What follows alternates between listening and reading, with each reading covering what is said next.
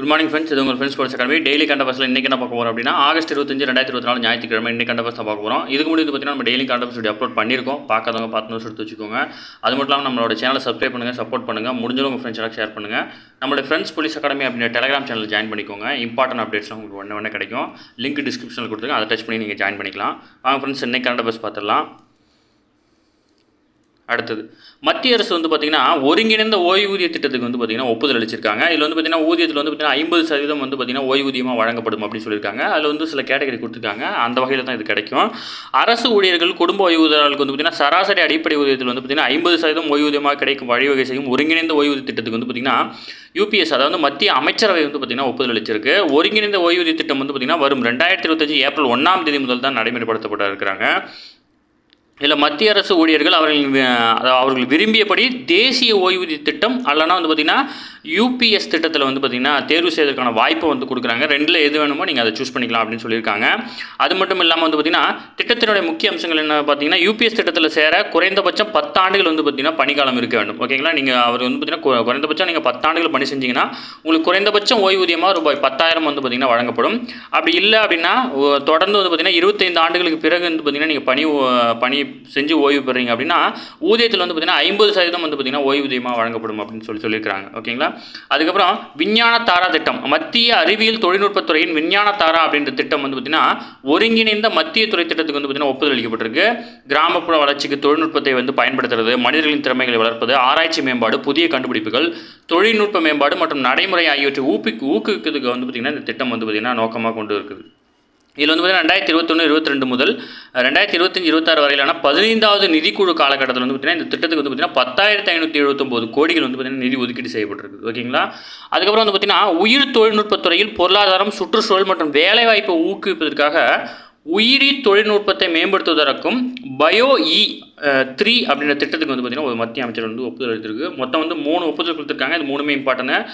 ஓய்வூதிய திட்டம் ஒன்று, இன்னொன்று பார்த்திங்கன்னா விஞ்ஞான தாரா திட்டம், இன்னொன்று பார்த்திங்கன்னா BioE3 திட்டத்துக்கு பார்த்திங்கன்னா ஒப்புதல் அளிச்சிருக்கிறாங்க. ஓகேங்களா, அடுத்து செயற்கைக்கோளை நிலைநிறுத்தி திரும்பிய மறுபயன்பாட்டு செயற்கைக்கோள், அதாவது இந்தியாவின் முதல் மறுபயன்பாட்டு ஹைபிரிட் ராக்கெட் ரூமி 1 சென்னை கிழக்கு கடற்கரை சாலையில் இருக்கிற பட்டிப்புலம் அப்படின்ற இடத்துலேருந்து பார்த்திங்கன்னா இது பார்த்திங்கன்னா விண்ணில் செலுத்தப்பட்டிருக்கு. நம்ம நேற்றே பார்த்தோம்.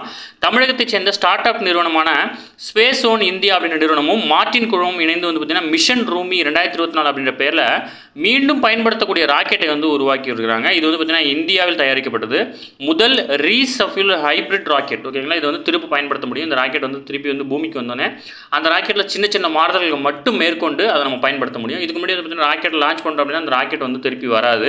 அதை நம்ம புதுசாக ஒன்று உருவாக்கி அதுக்கப்புறம் நம்ம அனுப்பணும். இது ரிட்டர்ன் வரதுனால இதில் சின்ன சின்ன மாறுதல்கள் மட்டும் பழுதடைந்த பாகங்களையோ இல்லை பார்த்திங்கன்னா சின்ன சின்ன மாறுதல்களையோ செஞ்சு நம்ம மறுபயன்பாட்டு பண்ண முடியும். இதில் பார்த்திங்கன்னா நமக்கு ரொம்ப செலவு கம்மி. ஓகேங்களா, இதில் பார்த்திங்கன்னா 3 கியூப் செயற்கைக்கோள்களை பார்த்திங்கன்னா சுமந்து சென்றிருக்குது. இதில் பார்த்திங்கன்னா செயற்கைக்கோள் பார்த்திங்கன்னா புற ஊதா கதிர்வீச்சு, காமா கதிர்வீச்சு, காற்றின் தரம், ராக்கெட் செல்லும்போது ஏற்படும் அதிர்வு உள்ளிட்ட தகவல்கள் பார்த்திங்கன்னா அதில் சேமிக்க முடியும். மொத்தம் 60லேருந்து 80 கிலோ இடையிலான சோதனை ராக்கெட் பார்த்திங்கன்னா நைட்ரஸ் ஆக்சைடு உள்ளிட்ட எரிபொருள்கள் பார்த்திங்கன்னா நிரப்பப்பட்டிருக்கும். ராக்கெட் சில பாகங்கள் தவிர முக்கிய பாகங்கள் பார்த்திங்கன்னா பாராசூட் வாயிலாக பார்த்திங்கன்னா பூமிக்கு திருப்பி வந்துடும். ஓகேங்களா, அதை எடுத்து சிறிய மாற்றங்கள் செஞ்சு பார்த்திங்கன்னா மீண்டும் பயன்படுத்தலாம் அப்படின்னு சொல்லியிருக்காங்க. இந்த நிகழ்ச்சியில் ஸ்பேஸ் ஜோன் இந்தியா நிறுவனர் மற்றும் தலைமை நிர்வாக அதிகாரி ஆனந்த் மேகலிங்கம், ஓகேங்களா, இந்த பேரை ஞாபகம் வச்சுக்கோங்க. TNU சார்பில் கேட்கறதுக்கு வாய்ப்பு இருக்கு. மார்டின் குழுமத்தின் நிர்வாக இயக்குனர் பார்த்தீங்கன்னா ஜோஸ் சார்லஸ் மார்டின். ஓகேங்களா, இந்த 2 பேரையும் ஞாபகம் வச்சுக்கோங்க, கேட்கறதுக்கு வாய்ப்பு இருக்கு.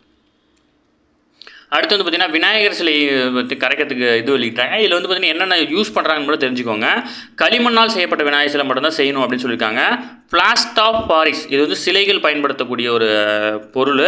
அப்புறம் பார்த்திங்கன்னா பிளாஸ்டிக் மற்றும் தெர்மாக்கோல், பாலிஸ்டிரின் அப்படின்ற கலவை இருக்கிறதெல்லாம் பார்த்திங்கன்னா பயன்படுத்தக்கூடாதுன்னு சொல்லியிருக்கிறாங்க. அதை மட்டும் தெரிஞ்சுக்கோங்க, போதுமானது. அடுத்து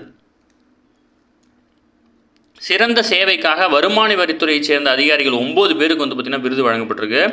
165வது வருமான வரி தினம் ஆகஸ்ட் 21 பார்த்திங்கன்னா தில்லியில் உள்ள விக்யான் பவனில் பார்த்திங்கன்னா கொண்டாடப்பட்டிருக்கு. இதில் சிறப்பு விருந்தினராக மத்திய நிதியமைச்சர் நிர்மலா சீதாராமன் பங்கு பெற்றாங்க. அப்போ பார்த்திங்கன்னா தமிழ்நாடு மற்றும் புதுச்சேரியை சேர்ந்த வருமான வரித்துறையில் சிறப்பாக சேவையாற்றிய 9 அதிகாரிகளுக்கு பார்த்திங்கன்னா விருது வழங்கியிருக்காங்க. ஓகேங்களா, அடுத்து பார்த்திங்கன்னா ஜெர்மன் நாட்டு மருத்துவமனைகளில் பணிபுரிய ஜெர்மனி மொழி பேச தெரிந்த செவிலியர்களுக்கு பார்த்திங்கன்னா அதிகமாக வேலை வாய்ப்பு இருக்கிறதா பார்த்திங்கன்னா தகவல் கிடைச்சிருக்கு. விருப்பம் உள்ளவங்க அப்ளை பண்ணலாம். அடுத்து ரத்த சோகை இல்லாத கிராமங்களை உருவாக்க உணவு திருவிழாக்கள் மூலம் வந்து பார்த்திங்கன்னா விழிப்புணர்வு பிரச்சாரம் பண்ணுறதுக்காக வந்து பார்த்திங்கன்னா தமிழக அரசு வந்து பார்த்திங்கன்னா அறிவுறுத்தி இருக்கிறாங்க. இதில் வந்து பார்த்திங்கன்னா ரத்த சோகை இல்லாத கிராமங்களை உருவாக்கும் ஊராட்சி முதல் மாநிலங்கள் அளவு வரை வந்து பார்த்திங்கன்னா விழிப்புணர்வு பிரச்சாரம் உணவு திருவிழாக்கள் நடத்த வந்து பார்த்திங்கன்னா தமிழக அரசு வந்து உத்தரவிட்டிருக்காங்க. ரத்த சோகையால் பாதிக்கப்பட்டவங்களுக்கு வந்து பார்த்திங்கன்னா இவர்களின் நலனை காக்க ரத்த சோகை இல்லாத கிராமம் அப்படின்ற தலைப்பிலான சிறப்பு பிரச்சாரம் மற்றும் பாரம்பரிய உணவு திருவிழா அப்படின்றது வந்து பார்த்திங்கன்னா நடத்த சொல்லியிருக்காங்க. இதில் 37 மாவட்டங்களிலும் 388 வட்டங்கள் 12,525 கிராம ஊராட்சிகள் வந்து பார்த்திங்கன்னா செப்டம்பர் மாதம் முழுவதும் வந்து பார்த்திங்கன்னா நடத்த வந்து பார்த்திங்கன்னா பிளான் பண்ணியிருக்காங்க. ஓகேங்களா.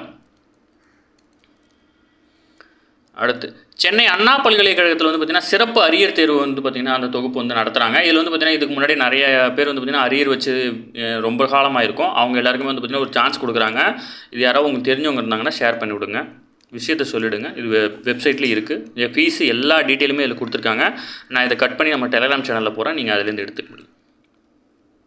அடுத்து புது கவிதையின் பிதாமகன் அப்படின்ற டைட்டில் கொடுத்துருக்காங்க. இல்லை ஒரு இம்பார்ட்டன்ட் டேட்டா மட்டும் நம்ம பார்க்கலாம். இது எல்லாமே ஸ்கூல் புக்கில் இருக்குது.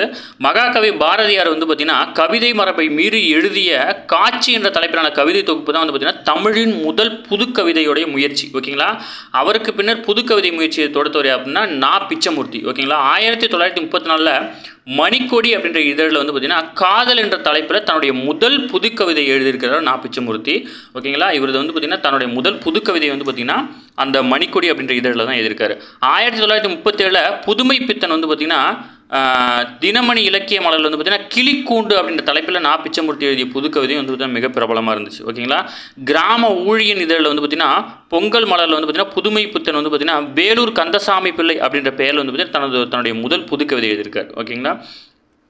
இதெல்லாம் வந்து பார்த்திங்கன்னா அந்த பர்டிகுலர் பர்சன், அதாவது புதுமை பித்தன் வந்து பார்த்திங்கன்னா எப்போ புதுக்கவிதை எழுதினார், எந்த இதழில் எழுதினார்னு கொடுத்துருக்காங்க. அதனால் இதை கொடுத்துருக்குறேன்.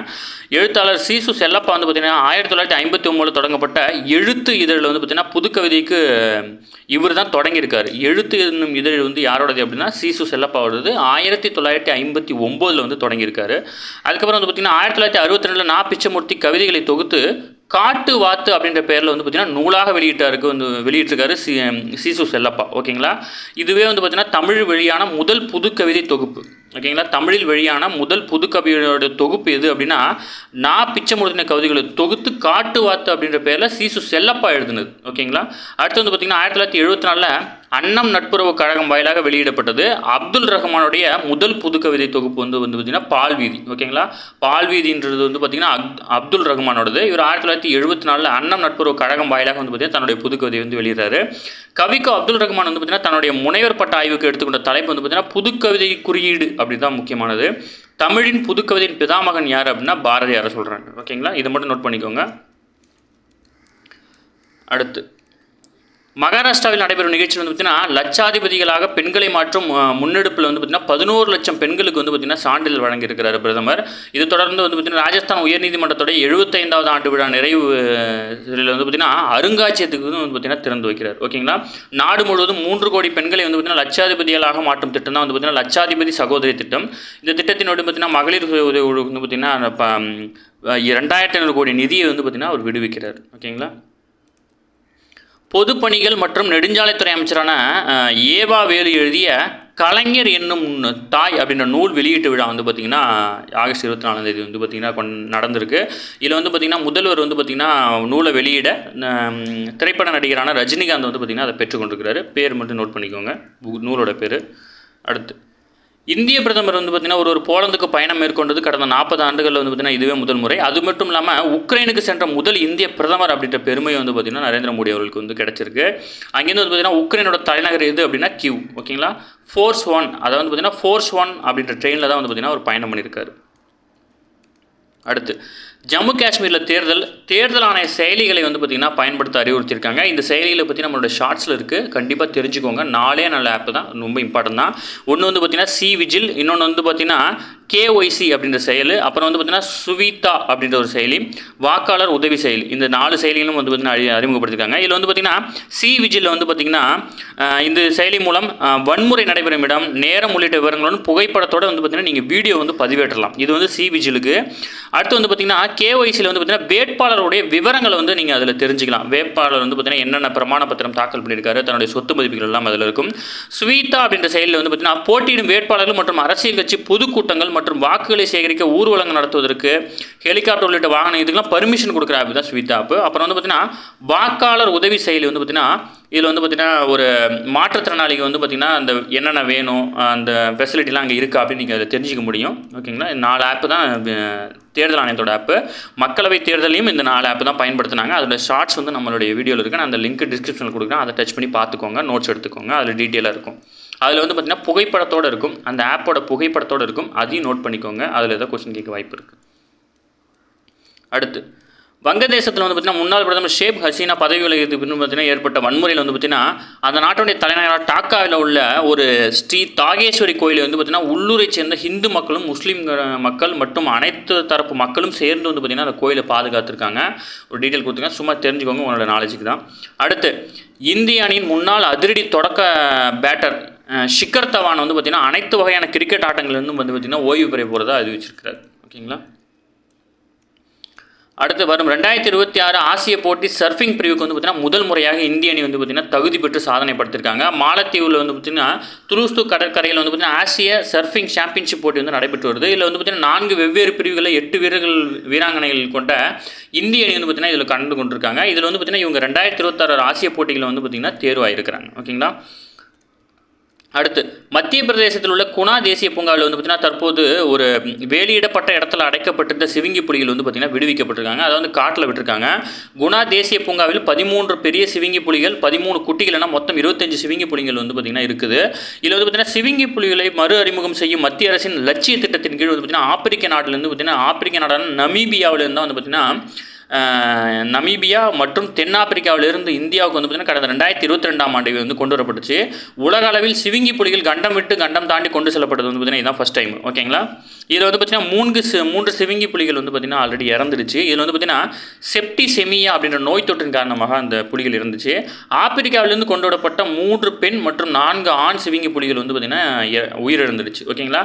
கடந்த 2023 மார்ச்லேருந்து 2024 ஜனவரி வரை இந்த இறப்புகள் ஏற்பட்டிருக்கு. இதுக்கு வந்து பார்த்திங்கன்னா ஆப்பிரிக்காவை சேர்ந்த அதிகாரிகள் என்ன சொல்கிறாங்க அப்படின்னா சிவிங்கி புலிகள் வந்து பார்த்திங்கன்னா நெடுந்தூரம் பயணம் செய்கிற விலங்குகள், அதை வந்து ஒரு பர்டிகுலர் இடத்துல அடைச்சி வச்சுக்கிறனால அவங்க மன அழுத்தம் காரணமாக இது இறந்துருக்கலாம் அப்படின்னு சொல்லியிருக்காங்க.